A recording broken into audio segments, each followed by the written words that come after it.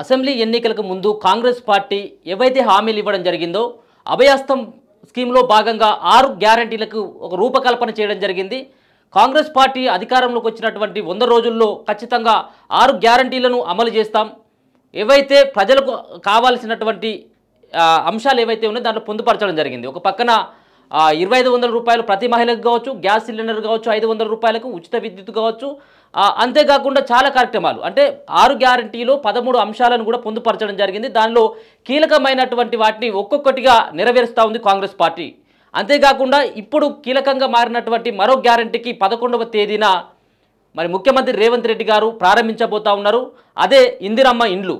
మరి గత ప్రభుత్వం విస్మరించినటువంటి ఆ ప్రాజెక్ట్ అది. గత 9.5 ఏళ్లలో ఏ నిరుపేదకు కూడా ఇల్లు కట్టించినటువంటి దాఖలు లేవు.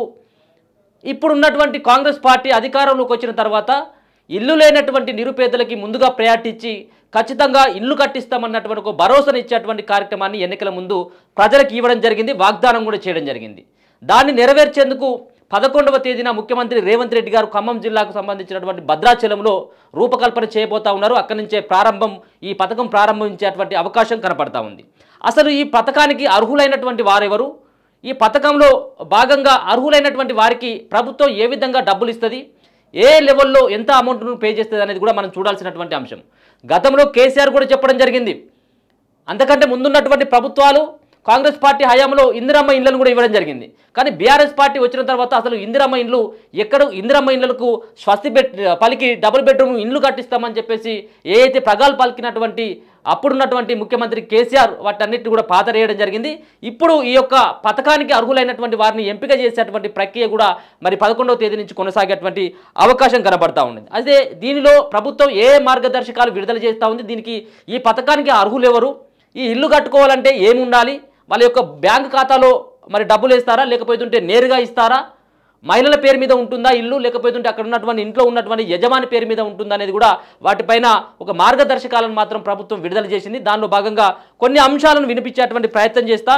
అంతేకాకుండా ఈ యొక్క గృహలక్ష్మికి సంబంధించినటువంటి దాంట్లో వాళ్ళ యొక్క కొంత బ్యాంక్ అకౌంట్లు, మిగతా సంబంధించినటువంటి ఏ బ్యాంక్ అకౌంట్లు ఉండాలి, ఎవరి పేరు మీద ఉండాలి అనేది కూడా పూర్తి గైడ్లైన్స్ను కూడా ప్రభుత్వం విడుదల చేసేటువంటి ఆస్కారం అయితే కనపడతా ఉన్నది. ఈ సంబంధించినటువంటి పథకానికి 4 దశల్లో ప్రభుత్వం నుంచి వచ్చేటువంటి సొమ్ముని నేరుగా వాళ్ళ బ్యాంకు ఖాతాల్లో వేసేటువంటి ఆస్కారం కనబడతా ఉంది. లబ్ధిదారులు ఎవరైతే ఉంటారో ఇందిరమ్మ ఇండ్లు లబ్ధిదారులు ఆమె సెలక్షన్ అయిపోయి వాళ్ళ ఇల్లు కట్టుకునేందుకు పునాది బేస్మెంట్ లెవెల్ కట్టుకొని ఆ తర్వాత ఆ స్లాబ్ లెవెల్, దాని తర్వాత స్లాబ్ పడ్డ తర్వాత ఇల్లు మొత్తం పూర్తయిన తర్వాత పూర్తిగా 4 దశలలో ఈ యొక్క అమౌంట్ను రిలీజ్ చేసేటువంటి ఆస్కారం ఉంటుంది.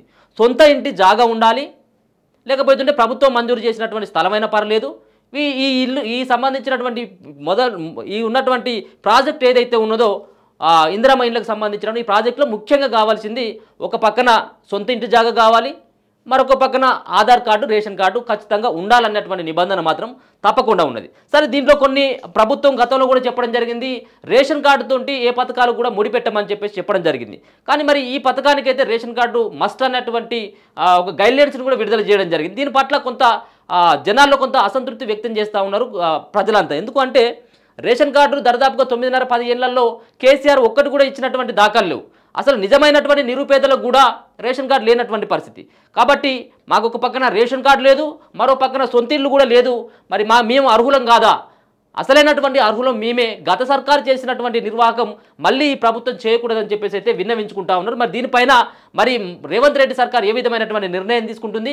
అధికారులను నేరుగా కానీ ఎవరైనా అర్జీ పెట్టుకున్నటువంటి వాళ్ళు ఉంటారు కదా, అర్జీ పెట్టుకున్నటువంటి ప్రజాపాలనలో దరఖాస్తులు పెట్టినటువంటి వాళ్ళు ఉంటారు కదా, వాళ్ళ యొక్క దరఖాస్తులో పూర్తిగా పరిశీలించి మరి అర్హులైనటువంటి ఎవరైతే దరఖాస్తు చేసుకున్నారో మాకు ఇల్లు కావాలని చెప్పేసి ఎవరైతే కోరుకుంటున్నారో మరి వాళ్ళ ఇళ్ళ దగ్గరికి వచ్చి ఏమైనా ఎంక్వైరీ చేస్తారా లేదా అని కూడా పూర్తి వివరాలు మరి 11వ తారీఖు తర్వాత మరి పూర్తి వివరాలు బయటకు వెల్లడించేటువంటి ఆస్కారం కనబడతా ఉంది. ఇక ఇందిరమ్మ ఇండ్లకు 4 దశల్లో సొమ్ము చెల్లింపు, కొలిక్కి వచ్చిన మార్గదర్శకాల రూపకల్పన, 11వ తేదీన పథకం ప్రారంభం. పేదల సొంతింటి కలను సాకారం చేసేందుకు ఎంపిక చేసిన ఇందిరమ్మ ఇండ్ల పథకం లబ్ధిదారులకు 4 దశల్లో నిర్మాణ వ్యయాన్ని అందజేయాలని రాష్ట్ర ప్రభుత్వం నిర్ణయించింది. నిర్మాణ దశల ఆధారంగా అధికారుల పరిశీలన అనంతరం ఆధారంగా నేరుగా లబ్ధిదారుల బ్యాంకు ఖాతాకు ఆ మొత్తాన్ని విడుదల చేయనుంది. స్థలం ఉన్న వారికి ఇంటి నిర్మాణం కోసం 5 లక్షలు ఇవ్వనుంది. దీన్ని రాయితీ రూపంలో లబ్ధిదారుడికి అందజేయనున్నదన్నట్టుగా వార్తను చూసుకోవచ్చు. ఏదైతే 11వ తేదీన పూర్తి స్థాయిలో ఈ పథకాన్ని ప్రారంభించబోతా ఉన్నాడు ముఖ్యమంత్రి రేవంత్ రెడ్డి. అంతేకాకుండా 4 దశల్లో కూడా ఈ యొక్క అమౌంట్ని రిలీజ్ చేసేటువంటి ఆస్కారం కనబడతా ఉంటుంది. ఎందుకంటే బేస్మెంట్ లెవెల్కి వచ్చిన తర్వాత 1 లక్ష రూపాయలు ఇస్తారట. దాని తర్వాత స్లాబ్ లెవెల్కి వెళ్ళిన తర్వాత 1 లక్ష రూపాయలు, మొత్తం స్లాబ్ పైన పై కప్పు మొత్తం పూర్తి అయిపోయిన తర్వాత 2 లక్షలు. ఈ అంతా పూర్తయిన తర్వాత మొత్తం ఇల్లు కంప్లీట్ అయిందని చెప్పేసి సంబంధించినటువంటి అధికారి మరి రిపోర్ట్ చేసినటువంటి తర్వాత మిగతా 1 లక్ష రూపాయలు, అంటే పూర్తి స్థాయిలో 5 లక్షల రూపాయలు లబ్ధిదారుడికి ఖాతాలో 4 విడతల్లో ప్రభుత్వం జమ చేయబోతా ఉన్నది. దీనిలో అర్హులైనటువంటి వాళ్ళు ఎవరుంటారు, దీనికి ఏమేమి సంబంధించిన గైడ్లైన్స్ కావాలి అని చెప్పేసి కూడా మరి పూర్తి డీటెయిల్స్ కూడా ఇవ్వడం జరిగింది.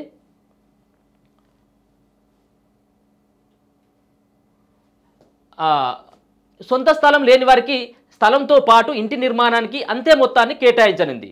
తొలి దశలో సొంత స్థలం ఉన్న వారితో ఈ పథకాన్ని ప్రారంభిస్తుంది.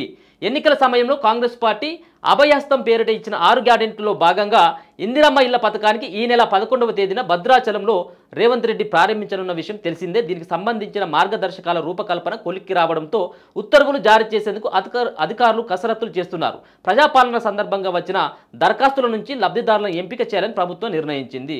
ఏదైతే స్థలం లేనిటువంటి వాళ్ళకి ఈ మొదటి దశలో ఇల్లు వచ్చేటువంటి అవకాశం లేదు. సొంత స్థలం ఉన్నటువంటి వాళ్ళకి మొదటి ప్రియారిటీగా వాళ్ళకు ఇల్లు మంజూరు చేసేటువంటి అవకాశం కనబడతా ఉన్నది. ఇంకొక పక్కన కూడా ఏదైతే ప్రజాపాలన సందర్భంగా దరఖాస్తులు ఇవ్వడం జరిగింది కదా, చాలామంది కూడా ఎక్కడెక్కడ ఉన్నటువంటి సిటీలో ఉన్నటువంటి వాళ్ళు కూడా వాళ్ళ గ్రామాలకు వెళ్ళి ఈ ప్రజాపాలనలో వాళ్ళకి ఏమేమి కావాలి, వాళ్ళ యొక్క ఆస్తులు ఎంత, వాళ్ళ ఆధార్ కార్డు, వాళ్ళ రేషన్ కార్డు, మిగతా వాళ్ళ సంబంధించిన అన్ని వివరాలు ఆ ప్రజాపాలన ఇచ్చినటువంటి ఆ దరఖాస్తులో ఫిల్ చేయడం జరిగింది. ఆ ఫిల్ చేసినటువంటి వాళ్ళకి మొదటి ప్రయారిటీ. ఒకవేళ కనుక ఈ దరఖాస్తులో నిజమైనటువంటి లబ్ధిదారులు ఉన్నప్పటికీ ఈ దరఖాస్తు పెట్టుకున్నటువంటి వాళ్ళు ఎవరైనా ఉంటారో వాళ్ళకు 2వ విడతలో ప్రయారిటీ ఇచ్చేటువంటి అవకాశం కనబడుతుంది. కానీ మొదటి విడతలో ప్రజాపాలనలో దరఖాస్తు చేసుకోవాలి. అంతేకాకుండా ఇంటి స్థలం ఖచ్చితంగా ఉండాల్సినటువంటి అవసరం ఉంటుందన్నటువంటి గైడ్లైన్స్ని మాత్రం విడుదల చేయడం జరిగింది. 6 గ్యారంటీలో ఇప్పటి వరకు 4 గ్యారంటీలు అమలు చేస్తుంది ప్రభుత్వం. ఇక ఇప్పుడు అసలైనటువంటి గ్యారంటీ ఈ సంబంధించినటువంటి పథకానికి అసలు నిధులు ఎక్కడి నుంచి తీసుకొస్తారని చెప్పేసి ప్రతిపక్ష పార్టీలు ఆరోపిస్తూ ఉన్నటువంటి సందర్భంలో మరి రేవంత్ రెడ్డి ఈ విధమైనటువంటి ఒక సాహసోపేతమైనటువంటి నిర్ణయాన్ని ఇందిరమ్మ ఇండ్లని మరి తెర మీదకి తీసుకురావడం జరుగుతూ ఉంది. అంతేకాకుండా ఒక్కొక్క నియోజకవర్గానికి దాదాపుగా 3500 ఇండ్లను కేటాయించాలని చెప్పేసి భావిస్తూ ఉన్నారు. దీనికోసం మరి విధి విధానాలను కూడా ఖరారు చేసినటువంటి ఆస్కారం. కాబట్టి దీనిలో ఎవరైతే అర్హులు అని చెప్పేసి మీరు భావించుకుంటున్నారో, ఎవరైతే అర్హులు అని చెప్పేసి ప్రభుత్వం భావిస్తూ ఉంటుందో సొంత ఇంటి స్థలం ఖచ్చితంగా ఉండాలి. అంతేకాకుండా పాలనలో దరఖాస్తులు చేసి ఉండాలనేది మొదటి సంబంధించినటువంటి ఆంక్ష. ఇక రాష్ట్ర రిజర్వ్ కోట కింద 33,500 ఇల్లు, ఏటా 4.50 లక్షల ఇల్లు నిర్మించాలని రాష్ట్ర ప్రభుత్వం నిర్ణయించింది. ప్రతి అసెంబ్లీ నియోజకవర్గానికి 3,500 ఇళ్లను మంజూరు చేసింది. ఆ ప్రకారం రాష్ట్రంలో 119 అసెంబ్లీ నియోజకవర్గాలకు 4,16,500 ఇళ్లు కేటాయిస్తుంది. మిగిలిన 33,500 ఇళ్లను రాష్ట్ర రిజర్వ్డ్ కోట కింద ఉంచాలని ప్రభుత్వం నిర్ణయించింది. ఈ మేరకు బడ్జెట్లో నిధులు కూడా కేటాయించిన విషయం తెలిసిందే. నిర్మాణ దశలను పరిశీలించేందుకు ప్రత్యేక అధికారులను నియమించాలని ప్రభుత్వం నిర్ణయించడం జరిగింది. మొత్తానికి మాత్రం 4,16,500 ఇళ్లను కేటాయించాలని చెప్పేసి అయితే మొత్తం భావిస్తూ ఉంది. దాంట్లో భాగంగానే మొదటి దశలో ఒక్కొక్క నియోజకవర్గానికి 3,500 ఇళ్లను కూడా మంజూరు చేయబోతా ఉన్నది అనేది కూడా మనం చూసుకోవచ్చు. దీనికి ఇప్పటికే బడ్జెట్ను కూడా కేటాయించడం జరిగింది. అయితే ఈ బడ్జెట్ను కూడా కొంత ప్రతిపక్ష పార్టీలు, బీఆర్ఎస్ పార్టీ కూడా ఆరోపించడం జరిగింది. అసలు ఈ ఇందిరమ్మ ఇళ్లకు ఒక్కొక్క నియోజకవర్గానికి 3,500 ఇళ్లు కట్టించినట్టు అయితే ఉంటే మొత్తం 119 నియోజకవర్గాలకు సుమారుగా 20 నుంచి 25,000 కోట్లు అవుతాయి. కానీ మరి ప్రభుత్వం కేటాయించింది 7,000 కోట్లే కదా. మరి దీంతో ఎట్లా ప్రభుత్వం ఇండ్లను కట్టిస్తుంది అన్నటువంటి ఆరోపణ కూడా ఉంది. మరి దీనిపైన ఇంకా బడ్జెట్ కేటాయించాల్సినటువంటి అవసరం ఉన్నది. మొత్తానికైతే ఒక 7,000 కోట్ల రూపాయలను మాత్రం ఈ ఇండ్ల కోసం మాత్రం ప్రభుత్వం కేటాయించడం జరిగింది. ఇక 4 దశల్లో ఆర్థిక సహాయం. బేస్మెంట్ స్థాయిలో 1,00,000, పైకప్పు అంటే రూఫ్ లెవెల్ వచ్చిన తర్వాత 1,00,000 రూపాయలు, పైకప్పు నిర్మాణం అంటే స్లాబ్ పడ్డ తర్వాత 2 లక్షల రూపాయలు, మొత్తం ఇల్లు అంతా పూర్తి అయిపోయిందని చెప్పేసి సంబంధిత అధికారి రిపోర్ట్ ఇచ్చిన తర్వాత మరో 1,00,000 రూపాయలు కూడా ప్రభుత్వం విడుదల చేసేటువంటి ఆస్కారం కనబడతా ఉన్నది. మొత్తానికైతే 4 దశల్లో ఆర్థిక సాయం నేరుగా వాళ్ళ బ్యాంక్ అకౌంట్ ఖాతాలో జమ చేస్తారు. అంతేకాకుండా బేస్మెంట్ అయింది, ఇక్కడ రూఫ్ లెవెల్ వచ్చింది, స్లాబ్ లెవెల్ అయిపోయిందని చెప్పేసి సంబంధించినటువంటి ఏదైతే అధికారి ఉంటారో ఆ అధికారి రిపోర్ట్ తర్వాతనే ఈ డబ్బులు వాళ్ళ అకౌంట్లోకి జమ చేసేటువంటి ఆస్కారం కనబడతా ఉన్నది. ఇక అసలైనటువంటి అర్హులు ఎవరు? లబ్ధిదారుడు విధిగా దారిద్ర్య రేఖ బీపీఎల్కు దిగువన ఉన్నవారై ఉండాలి. ఆహార భద్రత కార్డు ఆధారంగా లబ్ధిదారుని గుర్తిస్తారు. ఇక్కడ వచ్చింది మోసం. అసలు నిజంగా కూడా బీపీఎల్కు దిగువ ఉన్నవారు అయినప్పటికీ కూడా రేషన్ కార్డు లేనటువంటి వాళ్ళు చాలామంది ఉన్నారు. మరి ఆహార భద్రత కార్డు ఖచ్చితంగా ప్రామాణికంగా ప్రభుత్వం కూడా తీసుకుంటా ఉంది. అయితే నిజంగా కూడా ఈ పథకానికి ముందు ఎవరైతే అర్హులు ఉంటారో వాళ్ళకి రేషన్ కార్డు జారీ చేసి దాని తర్వాత ఈ ఉత్తర్వులను కనుక రిలీజ్ చేసినట్టయితే బాగుండేది అన్నటువంటి అభిప్రాయం వ్యక్తమవుతుంది. చూడాలి మరి దీన్ని ఏమైనా మళ్ళీ రూపకల్పన చేస్తారా, మళ్ళీ ఏమైనా దీంట్లో మార్పులు చేర్పులు ఏమైనా చేస్తారా లేదనేటువంటిది కూడా మనం చూడాల్సినటువంటి అవసరం. మొత్తానికైతే మాత్రం అర్హులలో భాగంగా రేషన్ కార్డు అయితే మాత్రం మస్ట్ అన్నటువంటి దాన్ని అయితే తీసుకురావడం జరిగింది. ఇక లబ్ధిదారుడికి సొంత స్థలం ఉండాలి, ఖచ్చితంగా సొంత స్థలం ఉండాలి, లేదా ప్రభుత్వ స్థలం ఇచ్చి ఉండాలి. గ్రామం లేదా పురపాలిక పరిధి వారై ఉండాలి. గుడిసె ఉన్న గడ్డితో పైకప్పును నిర్మించిన ఇల్లు, మట్టి గోడలతో నిర్మించిన తాత్కాలిక ఇల్లున్న అర్హులే. మొత్తానికైతే గుడిసె ఉన్న అర్హులే, గడ్డితో నిర్మించినటువంటి అయిన అర్హులే, మట్టి గోడలతో నిర్మించినటువంటి వాళ్ళు కూడా అర్హులే. అద్దె ఇంట్లో ఉంటున్న లబ్ధిదారుడు కావచ్చు, వివాహమైన ఉమ్మడి కుటుంబంలో ఉంటున్న లబ్ధిదారుడిగా ఎంపిక కావచ్చు. అంటే ఒంటరిగా సింగిల్ ఉమెన్, వితంతు, విడోర్ మహిళలు లబ్ధిదారులే అన్నటువంటిది. ఒకవేళ కనుక ఒక కుటుంబంలో తల్లి తండ్రి కొడుకు ఉంటే, ఒకవేళ కనుక కొడుకు పెళ్ళైనట్టయితే కొడుకు కూడా అర్హుడే దీనికి. కాబట్టి ఆయన కూడా పెట్టుకోవచ్చు అనేది ఒక గైడ్లైన్స్ ఉంది. అద్దె ఇంట్లో ఉన్నప్పుడు కూడా వాళ్ళు అర్హులే, మట్టి గోడలతో ఇల్లు ఉన్నప్పటికీ కూడా, పూరి గుడిసె ఉన్నప్పుడు కూడా వాళ్ళు అర్హులే అన్నటువంటి ఒక నిబంధనను కూడా తీసుకురావడం జరిగింది. వీళ్ళందరూ కూడా అర్హులే. కానీ దీంట్లో ఎవరున్నప్పటికీ కూడా ఖచ్చితంగా మాత్రం రేషన్ కార్డు అనేది కూడా చాలా ఇంపార్టెంటు. ఇక ఇల్లు మంజూరు ఇలా ఇందిరమ్మ ఇంటిని మహిళ పేరు మీదే మంజూరు చేస్తారు. ఇంట్లో వితంతు మహిళలు ఉంటే ఆమె పేరిటే ఇస్తారు. ఆ జిల్లా ఇన్ఛార్జి మంత్రిని సంప్రదించి జిల్లా కలెక్టర్ ఇంటిని మంజూరు చేస్తారు. గ్రామ వార్డు సభల్లో ఆమోదం పొందిన తర్వాతే లబ్ధిదారులను కలెక్టర్ ఎంపిక చేస్తారు. లబ్ధిదారుల జాబితాను గ్రామ సభలలో ప్రదర్శించాక సమీక్షించి ఖరారు చేస్తారు. జిల్లాలో కలెక్టర్, గ్రేటర్ హైదరాబాద్లో కమిషనర్ ఎంపిక చేసిన బృందాలు లబ్ధిదారుల అర్హతలను పరిశీలిస్తాయి. లబ్ధిదారుల జాబితా గ్రామ వార్డు సభలో ప్రదర్శిస్తారు. 400 చదరపు అడుగుల్లో ఇంటి నిర్మాణం చేపట్టాలి. కిచెన్ ఉండాలి, బాత్రూమ్ ఉండాలి, ప్రత్యేకంగా అంటే వేరువేరు ఉండాలి. కిచెన్ బాత్రూమ్ ప్రత్యేకంగా ఉండాలి. ఆర్సీసీ రూఫ్తో ఇంటి నిర్మాణం జరగాలి అనేది ఒక నిబంధనను చూసుకోవచ్చు. మొత్తానికైతే ఇవి 400 చదరపు అడుగుల్లో ఖచ్చితంగా ఇల్లు ఉండాలి, కిచెన్ బాత్రూమ్ కూడా పక్కగా ఉండాలనేది కూడా ఒక నిబంధన పెట్టడం జరిగింది. దీనిలో వీళ్ళకి సంబంధించినటువంటి ఇల్లు మంజూరులో ఒక పక్కన జిల్లాకు సంబంధించిన కలెక్టర్ ఎంపిక చేసేటువంటి ఆస్కారం కనబడతా ఉంది. మొత్తానికైతే ఈ సంబంధించినటువంటి ఈ వ్యవహారంలో ఏదైతే ఇందిరమ్మ ఇండ్ల పథకానికి అయితే మాత్రం ఒక రూపకల్పన మరి కొనసాగుతూ ఉంది. దీంట్లో అర్హులు ఎవరు, అనర్హులు ఎవరు, దీంట్లో ఎట్లా అర్జీ పెట్టుకోవాలి, అర్జీ పెట్టుకున్నటువంటి వాళ్ళ డబ్బులు రావాలంటే ఏ విధంగా చేయాలన్నటువంటి పూర్తి వివరాలు కూడా సంబంధించినటువంటి అధికారులు, మండల స్థాయికి ఉన్నటువంటి అధికారులు కూడా వివరించేటువంటి ప్రయత్నం చేస్తారు. దీంట్లో ముఖ్యంగా మాత్రం ఖచ్చితంగా ప్రజాపాలనలో దరఖాస్తు పెట్టుకున్నటువంటి వాళ్ళు ఖచ్చితంగా కూడా ప్రజాపాలనలో దరఖాస్తు పెట్టుకున్న వాళ్ళకి మాత్రమే మొదటి ప్రయారిటీ ఇస్తుంది. అంతేకాకుండా సొంత ఇంటి జాగా ఉండాలి, సొంత ఇంటి జాగా కూడా ఉండాలి. మహిళ పేరు మీదనే ఇల్లు ఇచ్చేటువంటి అవకాశం ఉంటుంది.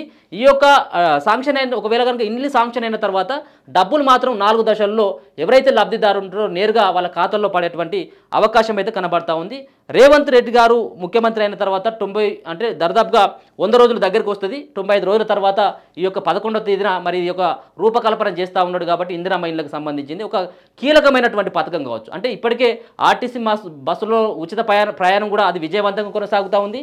500 గ్యాస్ సిలిండర్ మొన్ననే ఓపెన్ చేయడం జరిగింది. ఉచిత విద్యుత్ సంబంధించింది కూడా 200 యూనిట్ల వరకు కూడా అది కూడా సక్సెస్ఫుల్గానే కొనసాగుతూ ఉంది. ఇది అసలైనటువంటి ఏదైతే గ్రామ స్థాయిలో ఉన్నటువంటి వ్యక్తులకు, గ్రామ స్థాయిలో ఇల్లు లేనటువంటి నిరుపేదలకు మరి లబ్ధి చేకూర్చేటువంటి విధంగా ప్రతి మానవుడు కూడా, ప్రతి ఒక్కరు కూడా తన సొంతింటి కలను నెరవేర్చుకోవాలి, సొంతంగా ఇల్లు ఉండాలని చెప్పేసి ఏదైతే సగటు మనిషి ఏదైతే భావిస్తాడో ఈ యొక్క వాళ్ళ యొక్క కళలని మరి రేవంత్ రెడ్డి సర్కార్ తీర్చేందుకు 3500 ఇళ్ళు ప్రతి ఒక్క నియోజకవర్గానికి మంజూరు చేయబోతా ఉన్నాడు అనేది కూడా స్పష్టంగా అర్థమవుతా ఉంది.